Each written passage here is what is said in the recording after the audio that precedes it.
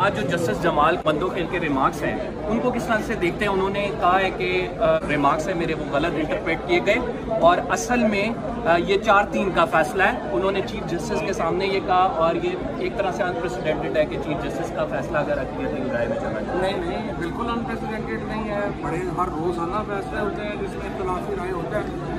लेकिन मेरा ये कहना है कि चीफ जस्टिस जो जज है सुप्रीम कोर्ट का, उसका इतना कमज़ोर नहीं होना चाहिए कि ओपन कोर्ट में सबके सामने दिए गए रिमार्क्स को अगले दिन यूज करने दें।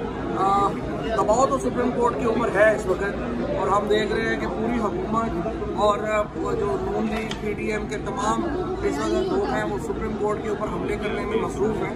1997 ये दोबारा लाना चाहते हैं, चीफ जस्टिस को काम करने से रोकना चाहते हैं, सीनियर जजेस में फूट डलवाना चाहते हैं। नून लीग की जो पुरानी हिकमत अमली है उसी पे अमल कर रहे हैं। लेकिन ये मुल्क बदल गया है और पूरा पाकिस्तान इस वक्त चीफ जस्टिस के पीछे और सुप्रीम कोर्ट के पीछे खड़ा है। जो इसमें हिस्सा डालेगा चीफ जस्टिस को कमज़ोर करने में, सुप्रीम कोर्ट को तस्लीम करने में, वो कौम का मुजरम होगा।